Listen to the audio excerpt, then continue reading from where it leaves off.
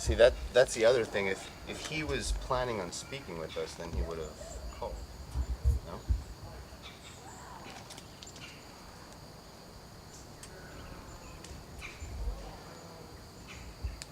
Oh, well then yeah, then she gave us an option. Then I say we do that. She gave us so she did give us an option. She said if you can't do it tonight, then we can set up an alternative.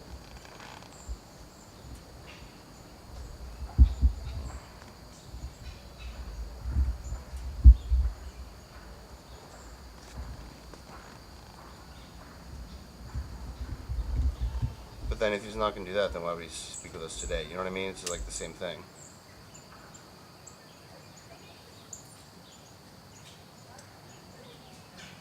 I know. But then we're going in circles, because then, if, you know what I mean? If it's important to him, then he'll call us.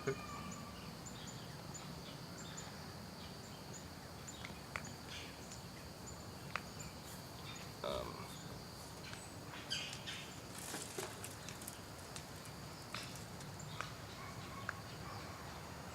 I don't know. I just my gut reaction is that it's not worth going half-assed and unprepared to rush over there and skip class.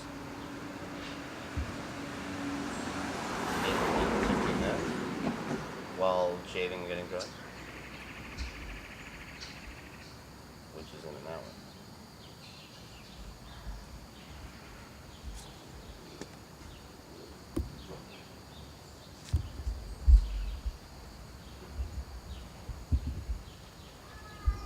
See, I don't see why you're so convinced of that.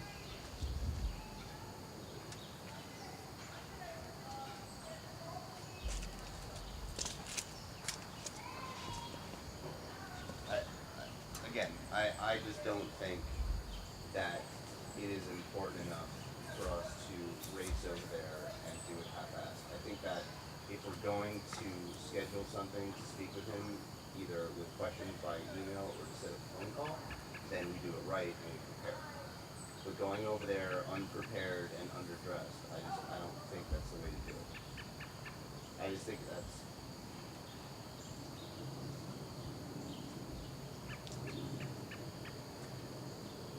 I don't see why. You'll see that a lot in who Jeremy Bentham is. I have to be very careful when I talk about this because I don't want to give anything away. Right. Of course. Yeah, so like exactly where I am is, look at this cat. This is my house. I need to get him a new kind of like kitty corner type thing, some kind of little home. Right. Keep him warm. He's had something in the garage, but it's gotten pretty dirty and old. I'm gonna get him a new one. Yeah, Jeremy Davies just landed with, Who's Jeremy Davies? he is, what's his name?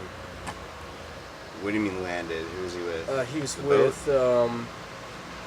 the people from the boat and the helicopter. So is he like the leader?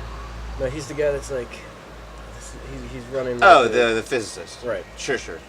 So like, Yeah. I think, He's a great guy. yeah, Saeed just left the island on the helicopter. Yeah. So that's where I am now. Yeah. Alright, buddy. Yeah, because season 3, they had them all on the helicopter, right? Right. At the end. And Sawyer, what did Sawyer do? Sawyer's doing nothing. Sawyer goes off with Locke. What did he do with the finale of the 3rd season? In the finale of the 3rd season, Right, Charlie drowned. Charlie drowns, And Desmond comes back, and like Sawyer's not really doing much of anything. But weren't they on a helicopter? No, like Locke believes that the people who are coming. Oh, they're off the waiting. helicopter- They're waiting for a boat, right? They think some people are coming. Right, and Locke thinks that they're all enemies, and Yeah. and Jack thinks that they're Because there gonna was that be chick saved. Naomi, the right, parachute Naomi, girl, and like, Locke shot her, right?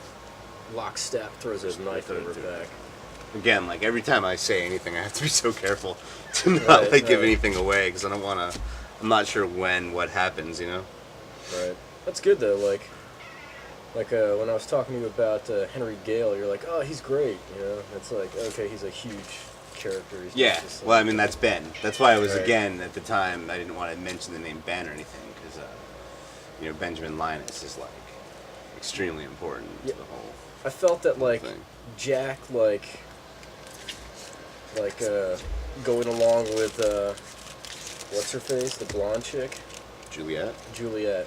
I felt like that was a little weird, even though it hasn't quite panned out all of the way. Like, Sure. there's still some stuff, but like I feel like Michael was such a liability, like with his like, just like with his like pointing guns at people and just being like, I'm getting my boy and I don't care like Sure. what you say. It's like I feel like he would have been killed, in a movie or something. Yeah. Like What do you want, Kat? like Red Dawn or something. Seriously, you've had like 3 cans of food today. I'd pet you, but you're just gonna fucking bite me. See? I'm not stupid. I know you when you get all crazy. Maybe Cat wants like catnip or like weed. He's had a bunch of cat food. I guess I'll give you some. I'll give you some dry food and you'll leave me alone. Ah! Don't start jumping at my ankles though, man, when I fucking walk. See?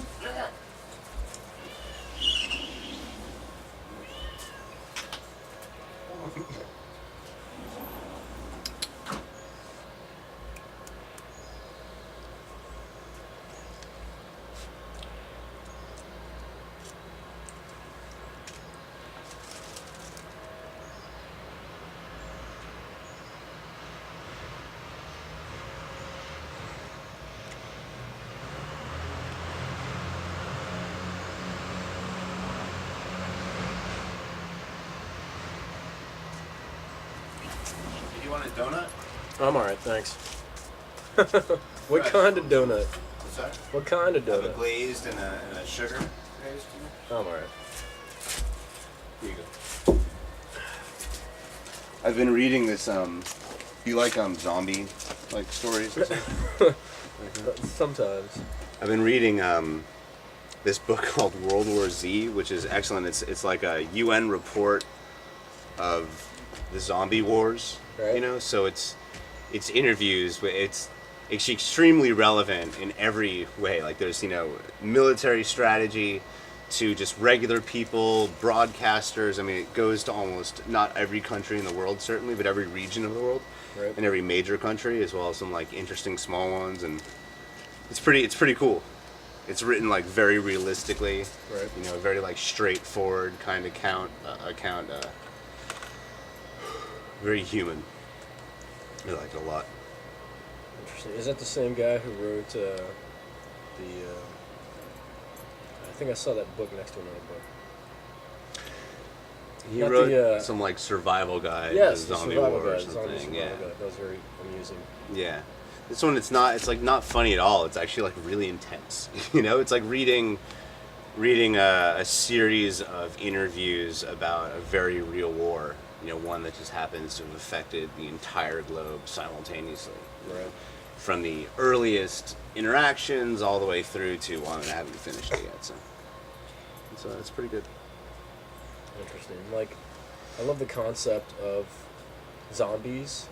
Like, it kind of like, it takes like your perception of how things are and kind of extends it a little bit, where it's like, yes, people die, and yes, they're gone forever when they die. This is the fallacy of the finite existence. But what if they're not completely dead when they die, and they can be revived by some sort of like virus or something, right? So like you have people, and then they're infected with a virus, and then they just turn into like a mass-minded idiot, right? Brains. They don't have a personality anymore, seemingly, and they're just trying to kill you or eat your brains. Yeah. The thing is that like anybody can succumb to it. So it's that total. Like I think the reason it emerged really during the major conflict with the Soviets in like the 50s is that's the idea is that like they're among us and just at any time anyone could become one, and this kind of faceless horde, would overwhelm the individualistic Westerners that would try to survive and remain. Right. And I feel like it's like it's symbolic of the spirit world, and how like because of all of the all of the important things that have been largely ignored by the control world people. Yeah. You know, like us living in this world and like not figuring enough stuff out. The spirit world just becomes this like, I won't say sycophantic, but like, you know, just they're like they're just like, do something. Like they can't really like express. I guess they just get frustrated. But do they have like a sense of individuality, or are they just kind of this Borg-like mass? There are like the stars, you know, like. But are they more fulfilling roles? Like there's certain archetypes that have to be represented amongst the spirit world. So certain sects of them go into that, become that. But within, it's not like they have. Yeah, like they're like I do a lot of separation where it's like, you know, I don't want people to be able to merge into this giant Voltron version of themselves. Mm-hmm. So like, there's this thing where it's like, where I say like, if you go to a different school, like for an assembly or something, like I was in the chamber singers at Einstein, and sometimes we would go to a different school for like some sort of like event. Is Einstein MCPS school? Yeah, it's in Kensington, and you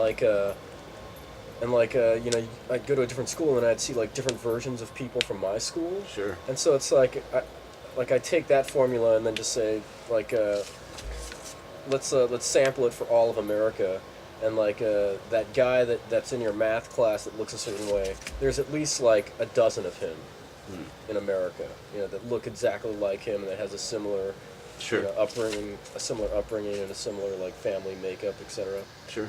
So like I'm trying to stop those people from being merged into a single person, because that causes problems, and like you know, have them all be individuals. They can all get together and hang out, but like the dream world is weird in that stuff like that can happen. You know, you can have like. It's almost like a microcosmic representation of infinite mirror worlds, right? Just all these high schools with essentially the same kids at all of them. Right. You know? Yeah, but the thing is that they're not actually the same person. Sure. You know, like you can think about it and like it would be funny, like, oh yeah, that's great, like, and like technically it isn't possible. It's like there'd just be one person, and then like the other 11 would be monitoring that person from a different facility. This is all because I've created these things that needed to be created. Mm-hmm. So like, you know, before when it was just like a dream world and like there's no hub, no like center that all other dream worlds can be accessed from.